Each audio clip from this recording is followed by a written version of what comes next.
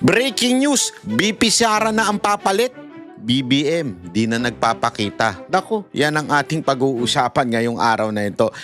Alam mo ba, may karapatan ka bilang Pilipino na magtanong, nasaan na ba ang Pangulo? Pero yung mga pingtae, dati nasaan ng Pangulo sila o maya't maya, ngayon wala, nga. Hanggang ngayon, wala pa ring malinaw na public appearance si BBM.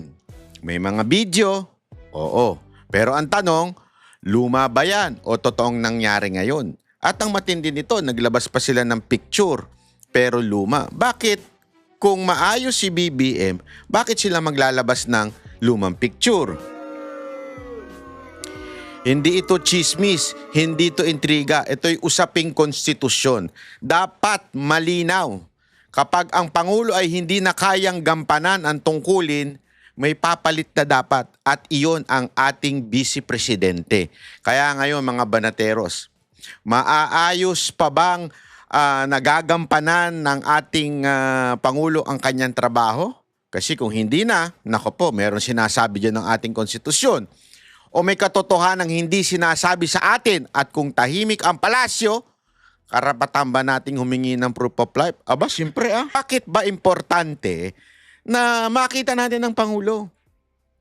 Bakit mo ba hinahanap, Banatbay? Kursunada mo ata Hindi mga kababayan. Kaya natin nahanap ang Pangulo dahil tayo ngayon ay dumadaan sa matinding krisis. Matinding krisis po ninadaanan natin. Actually, hindi lang naman po tayo. Buong mundo'y dumadaan sa krisis. Pero ang pinagkaiba, yung kanilang leader ay aktibo. Yung kanilang leader, makikita mo sa telebisyon. Sa atin, yung ating leader, nga, may nilalabas na naman silang video na keso pinasa, pero recorded. Hindi naman natin sure kung totoo yan. O baka naman AI, di ba? Kasi yun nga mga lumalabas na video nun, sinasabihan nila ng AI. Baka AI din yan. So ang maganda niyan, dapat live press con. Live press briefing, live. Para talaga malaman natin at malaman natin na kung talagang okay pa ba ang ating Pangulo. Dahil again, ito po ay karapatan. Hindi po ito pribilehiyo. Kung trip ko lang lumabas, lalabas ako. Hindi pwedeng gayon. Ito po'y karapatan ng bawat Pilipino. Dahil naayon yan sa ating konstitusyon. Karapatan natin yan malaman kung ang ating Pangulo ay buhay pa ba? O baka naman maluba na sakit at hindi na kayang gampanan ng kanyang trabaho.